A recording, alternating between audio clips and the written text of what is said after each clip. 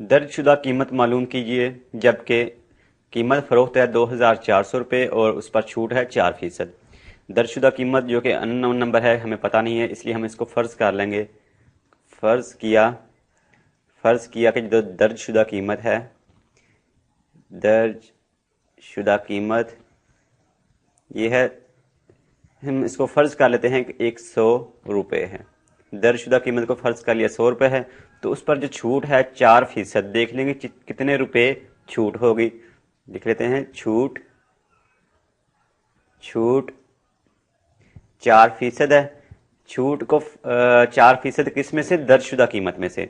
तो दर्जशुदा कीमत जो कि अननोन नंबर है, इसको हमने फ़र्ज़ कर लिया है 100 रुपये, तो इसलिए इसको ज़रब कर देंगे 100 रुपये से। 100 रुपये इनका जो छूट होगी, छूट 4% है, किस में से? दर्जशुदा कीमत में से। और दर्जशुदा कीमत को हमने फ़र्ज़ किया है 100 रुपये है। तो अब इसको सिंप्लीफाई करेंगे, 4% के लामत को ख़त्म किया तो फीसद का मतलब होता है 100 में से, ज़रब 100 रुपये। अब इसको सिंप्लीफाई मज़ीद कर लेंगे कि ये वाला जो ज़ीरो है 100 है, इस 100 से कैंसिल हो जाएगा, बाकी क्या रहेगा? 4 रुपये। 4 रुपये जो है वो हमने मालूम कर ली है छूट हुई 4 रुपये। तो इसके बाद हमने ये देखना है कि जो दर्जशुदा कीमत को हमने जब फ़र्ज़ किया 100 रुपये है और छूट हुई 4 रुपये, तो इस पर जो कीमत फ़रोख्त होगी वो क्या होगी? इस सवाल में जैसा कि ये पहले बता दी गई है कि कीमत फ़रोख्त है 2,400 रुपये। ये 2,400 रुपये कीमत फ़रोख्त उस सूरत में है जबकि दर्जशुदा कीमत हमें मालूम ना हो, लेकिन ये हम फ़र्ज़ किया है दर्जशुदा कीमत 100 रुपये है। तो इस सूरत में देखेंगे 100 रुपये जो अगर दर्जशुदा कीमत हो तो फिर से जो उसकी कीमत फ़रोख्त वो क्या होगी। इसलिए हम इसको लिख लेंगे कीमत फ़रोख्त। कीमत फ़रोख्त कैसे मालूम करनी है? जो दर्जशुदा कीमत होगी, दर्जशुदा कीमत, इसमें से माइनस कर देंगे छूट को, माइनस छूट। तो दर्जशुदा कीमत को हमने फ़र्ज़ किया 100 रुपये है, इसलिए यहाँ पर लिख लेंगे 100 रुपये माइनस छूट हमने मालूम की 4 रुपये। 4 रुपये, तो 100 में से 4 को माइनस करेंगे, बाकी रह जाएगा 96। 96 रुपये जो है वो है कीमत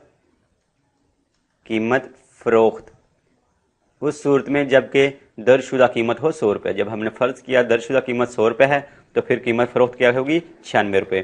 तो अब हम देखेंगे कि अगर दर्जशुदा कीमत 2,400 रुपये हो तो फिर कीमत फ़रोख्त जो है वो 2,400 रुपये हो तो फिर दर्जशुदा कीमत क्या होगी? कीमत फ़रोख्त 2,400 रुपये हो तो पहले जैसा कि ये लिखा हुआ है कीमत फ़रोख्त 96 रुपये है, पहले इसको लिख लेंगे। अगर कीमत फ़रोख्त अगर कीमत फ़रोख्त 96 रुपये हो तो 96 रुपये हो तो फिर दर्जशुदा कीमत क्या है? दर्जशुदा कीमत, ये 96 रुपये जो कीमत फ़रोख्त है, 96 रुपये आई कब, कैसे आई? जब हमने ये फ़र्ज़ किया कि जो दर्जशुदा कीमत है वो 100 रुपये है। तो इसलिए अगर कीमत फ़रोख्त 96 रुपये हो तो दर्जशुदा कीमत क्या है? 100 रुपये। 100 रुपये। अब हम इसको कर लेंगे, अगर कीमत फ़रोख्त 1 रुपये हो तो दर्जशुदा कीमत क्या होगी? अगर कीमत फ़रोख्त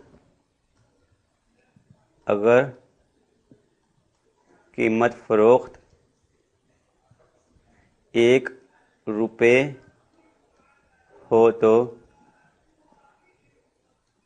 दर्जशुदा कीमत क्या होगी? फिर ये होगी 100 रुपये, लिखा हुआ इधर 100 रुपये, और इधर 96 है, इधर आगे 96 क्या हो जाएगा? तकसीम। इधर तकसीम 96 से इसको कर देंगे, यानी कि इधर 96 को अगर 1 करना है तो इसको तकसीम 96 से करना होगा, ताकि 96 से तकसीम होकर बाकी यहाँ पर आ जाएगा 1। तो बराबर की एक साइड पर 96 से तकसीम किया, दूसरी साइड पर भी 96 से ही तकसीम करना होगा।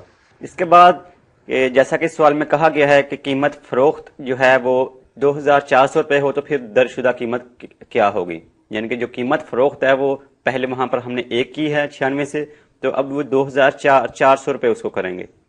2,400 करनी है कीमत फ़रोख्त। ये लिखा हुआ है अगर कीमत फ़रोख्त ये 1 रुपये है, 1 को ज़रब कर देंगे 2,400 से, रुपये हो तो दर्जशुदा कीमत फिर क्या होगी? 100 100 रुपये है, तकसीम 96, सॉरी 96 यहाँ पर लिखना है, 96 ज़रब बराबर की एक साइड पर हमने 2400 से ज़रब किया, तो बराबर की दूसरी साइड पे भी 2400 से ज़रब करना होगा। यानी कि जो पहले 96 रुपये कीमत फरोख्त आई, फिर हमने उसको 1 रुपये इसलिए किया ताकि हम उसको 2400 कर सके, उसको ज़रब 2400 से करके। तो 2400 से ज़रब करेंगे तो ये 2400 ही होगी कीमत फरोख्त। यहाँ पर लिख लेते हैं, अगर कीमत फरोख्त 2400 के 1 से ज़रब किया 2400 रुपये हो तो दर्जशुदा कीमत फिर क्या होगी।